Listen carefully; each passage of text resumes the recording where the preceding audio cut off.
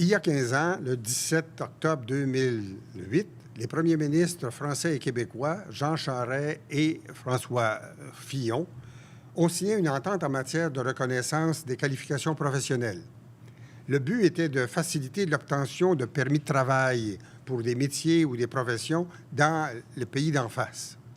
Cette initiative impliquait cependant la collaboration de plusieurs dizaines d'ordres professionnels dans l'Hexagone et au Québec. Pour faire le point sur ce dossier majeur en termes de mobilité de la main-d'œuvre francophone, M. Paquin s'entretient avec M. Yves Doutrio, conseiller d'État. M. Doutrio est secrétaire général pour la France du Comité sur la reconnaissance des qualifications professionnelles et des professions réglementées. Écoutons-les nous parler des origines de cette entente et de la mise en œuvre. Alors, Monsieur Yves Doutrio, bonjour. L'entente France-Québec sur la reconnaissance mutuelle des qualifications professionnelles, entente à laquelle vous avez participé à titre de négociateur, a été conclue par Nicolas Sarkozy et Jean Charest en 2008. Pouvez-vous nous expliquer d'où vient cette idée de faire une négociation sur les reconnaissances des mutuelles des qualifications professionnelles et pourquoi c'est quelque chose d'innovant dans les négociations entre un État fédéré, en fait le Québec et la France? Alors, c'était une idée de Jean Charest, dont il a parlé à Nicolas Sarkozy lors de sa première visite à Paris. Et Sarkozy, qui tout de suite trouvait que c'était une bonne idée, dans la mesure où ça ne pourrait que renforcer la mobilité professionnelle entre la France et le Québec dans les deux sens. Effectivement, comme vous l'avez relevé, c'est original, ce type d'entente entre un État comme la France et un État fédéré qui est la province du Québec, dans le cadre du Canada. Ce qui a d'ailleurs cet aspect un peu particulier nous a amené, nous Français d'ailleurs, à tout de suite intervenir auprès de la Commission européenne pour voir dans quelle mesure c'était bien compatible avec les projets d'accord économique global, je ne sais pas si on employait déjà le terme à l'époque, en 2008, entre l'Union européenne et le Canada, sachant que dans le mandat de négociation qui, à l'époque, avait déjà été donné, je crois, par le Conseil à la Commission, figurait aussi cette idée de reconnaissance des qualifications professionnelles. Alors, après quelques discussions entre la France et la Commission européenne, du côté français, on a pensé que c'était possible, à condition que ça prenne une forme politique plus que juridique. C'est pour ça que l'entente qui a été signée à l'occasion du 400e anniversaire de la création de Québec, la ville de Québec, et en marge du sommet de la francophonie de Québec, qui a été signée à l'Assemblée nationale du Québec par Sarkozy et Charest, par les deux ministres, et également d'ailleurs par une douzaine de présidents d'ordre professionnels, français et québécois, qui ont échangé de leur côté des échanges de lettres, s'engageant à négocier des arrangements. Tout ça a pu être signé donc en octobre 2008. Justement, pouvez-vous nous expliquer comment fonctionne cette entente, puis comment s'est fait la négociation? Parce qu'il y a les ordres professionnels des deux côtés qui sont impliqués. Et quelle est la logique du fonctionnement de l'entente? Alors, il y a d'une part l'entente qui a été négociée uniquement entre les deux gouvernements et qui porte sur les principes généraux.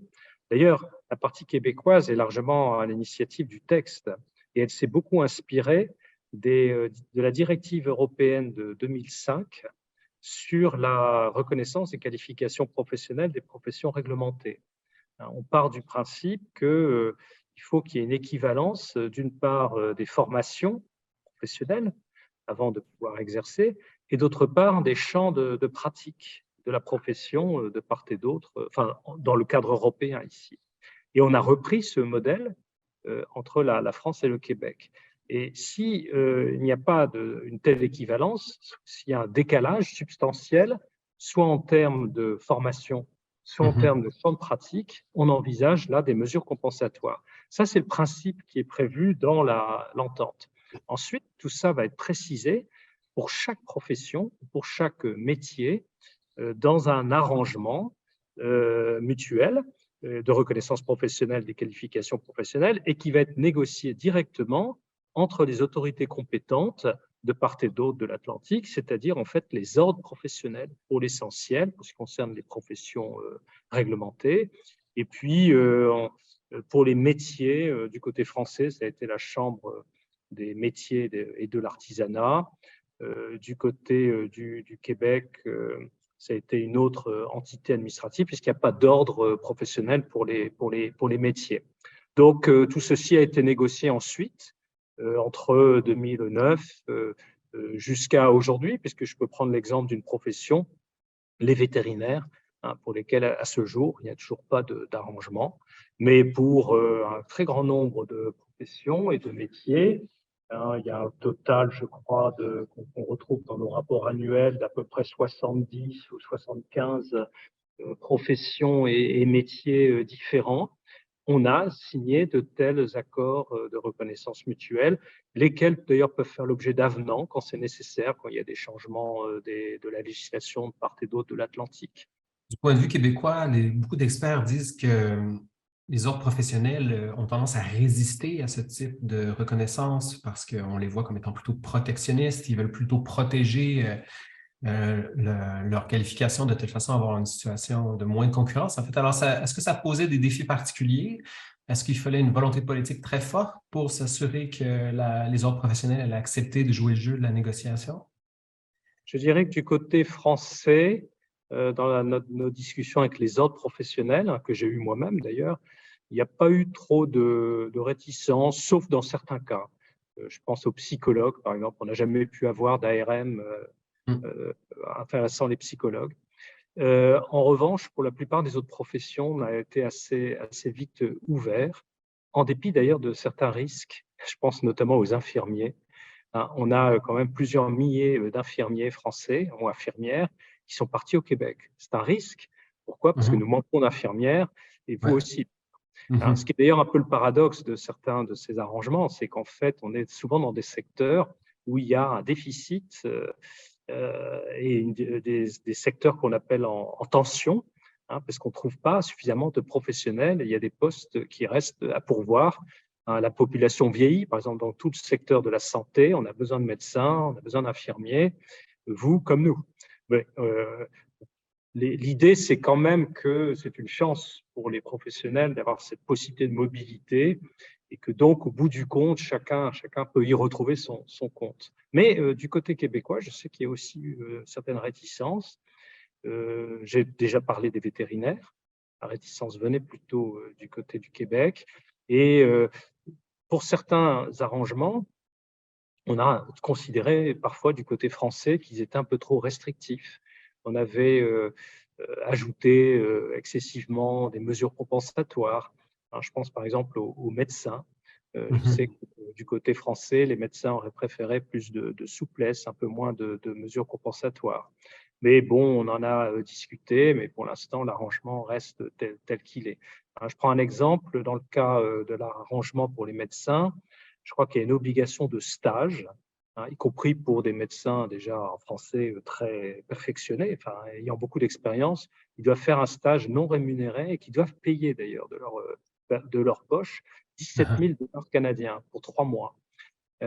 Du côté français, on accueille sans problème les médecins québécois, sans leur demander de stage, sans les faire payer 17 000 €. Mais donc voilà, il y a parfois des déséquilibres qui peuvent refléter peut-être certaines formes de corporatisme. Est-ce que c'était plus spécifique dans le domaine, dans les métiers de la santé? Vous avez parlé des vétérinaires aussi. Est-ce que c'était plutôt dans ces domaines-là qu'il y avait des résistances?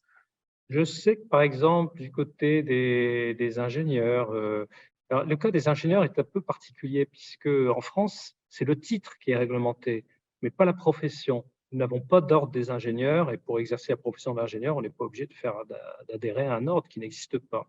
Du côté du Québec, il y a bien un ordre des ingénieurs.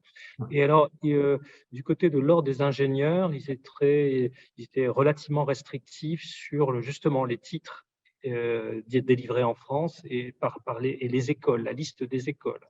Donc, il faut que chaque année, on adopte par avenant ou par d'autres moyens, l'adaptation de la liste de toutes ces écoles. Vous savez, il y a des écoles qui fusionnent, des écoles qui se créent, des titres qui changent de dénomination. Donc, cette vigilance du côté du Québec implique un certain nombre d'actions bureaucratiques pour mettre à jour très régulièrement l'ARM pour les ingénieurs. Mais cet ARM marche plutôt bien et on verra qu'il y a pas mal d'ingénieurs français qui ont pu… Quand je dis français, d'ailleurs, j'ai tort parce qu'il n'y a pas de condition de nationalité. Il faut parler toujours de personnes diplômées en France ou diplômées au Québec. Et ça peut être un représentant d'un pays tiers ou du reste du Canada ou du reste de l'Union européenne, de n'importe quel autre pays. On est dans la 15e année depuis l'annonce depuis la signature de l'entente. Est-ce que les résultats sont au rendez-vous? Est-ce qu'on voit que l'entente est utilisée par les Français ou en fait ceux qui ont le droit de pratiquer en France ou au Québec? Oui, ça marche assez bien. Je vois là, on a publié dans notre rapport annuel, puisque chaque année, nous avons un comité bilatéral qui adopte un rapport annuel. Du côté français vers le Québec, il y aurait eu à peu près 6652 professionnels qui peuvent maintenant, qui ont une formation en France et qui peuvent exercer au Québec. C'est le stock. Et dans l'autre sens, mais je précise tout de suite que dans l'autre sens, ce chiffre est sous-évalué. Il y aurait 589 personnes diplômées au Québec qui peuvent maintenant exercer en France. Alors, je précise que ce chiffre est certainement sous-évalué dans la mesure où, comme je l'ai dit tout à l'heure, au Québec, enfin, je ne l'ai peut-être pas dit, mais je le précise, au Québec, il y a plus de professions réglementées qu'il n'y en a en France. Si bien que dans certains cas, on a été amené à signer des ARM, arrangements de reconnaissance mutuelle, qui sont asymétriques. C'est-à-dire qu'il y a un ordre des ingénieurs au Québec, mais il n'y en a pas en France. Et il n'est pas du tout exclu que pour certains professionnels, il n'est en fait aucune procédure particulière à faire pour venir exercer en France. Là, nous ne pouvons pas avoir de statistiques, puisqu'il n'y a pas de décision administrative de délivrant un permis d'exercice. On aurait pu les repérer, si je peux m'exprimer ainsi, par les visas, des demandes de visa de long séjour, mais on n'a jamais pu reconstituer des fichiers pour protéger les données personnelles, si bien que je suis à peu près persuadé que ce chiffre est certainement nettement plus élevé dans le sens du Québec vers la France. Mais il est normal de toute façon que ce soit des fils déséquilibrés, puisque la population française est plus élevée que la population de la province du Québec. Oui.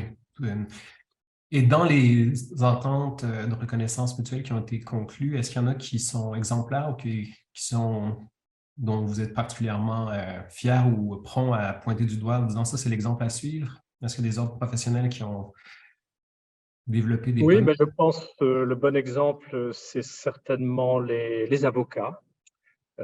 Pour les avocats, comme mesure compensatoire, il y a juste un petit examen de déontologie de part et d'autre, ce qui me paraît normal.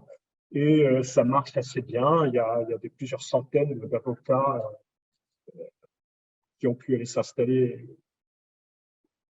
venus du Québec, qui ont pu venir s'installer en France. J'ai des chiffres équivalents compte tenu de ce que j'ai dit tout à l'heure sur la différence démographique du côté français. Et je n'ai jamais entendu parler de difficultés particulières. En fait, là, quand je n'en entends pas parler, c'est que ça se passe plutôt bien. Et je peux prendre l'exemple des avocats. Alors, il y a aussi l'exemple des infirmiers, je l'ai dit tout à l'heure, qui marche assez bien. Alors, il y a des avocats, ça se passe assez bien. Ce qui a beaucoup étonné, d'ailleurs, je me souviens, Jean Charest lui-même, qui est lui-même avocat, qui pensait qu'avec les avocats, on aurait des problèmes parce qu'ils adorent les procédures, forcément. Eh bien non, ça s'est plutôt bien passé. Voilà, j'ai retrouvé la statistique. Et d'ailleurs, c'est assez équilibré parce que je vois qu'il y a 207 personnes formées en France qui ont pu exercer la profession d'avocat au Québec et 263 venus du Québec qui ont pu exercer en France. D'ailleurs, c'est intéressant parce que on voit que le chiffre ici de personnes venues du Québec, formées au Québec, est plus élevé. Alors, je peux signaler d'ailleurs une curiosité aussi. c'est qu'il peut y avoir parfaitement des Français, hein, vous avez beaucoup d'étudiants français, vous savez bien, M. Paquet, au Québec. Et alors là, je sais qu'il y a un certain nombre d'étudiants qui ont fait leur droit et qui se sont inscrits au barreau du Québec, au Québec, et qui ensuite, inscrits au barreau du Québec, ont pu demander à venir exercer en France. Une possibilité encore, vous voyez, de mobilité entre l'étudiant et ensuite le professionnel. Donc ça peut, par ricochet, jouer aussi sur les échanges d'étudiants qui auront d'autant plus d'intérêt à peut-être venir faire des études au Québec qu'après, ils auront la garantie de pouvoir revenir en France s'ils le souhaitent, et vice-versa d'ailleurs. Alors, écoutez, je vous remercie beaucoup de cet entretien aujourd'hui, M. Dautrio, et bonne continuation pour la suite. Merci à vous. Merci beaucoup, M. Dautrio et M. Paquin.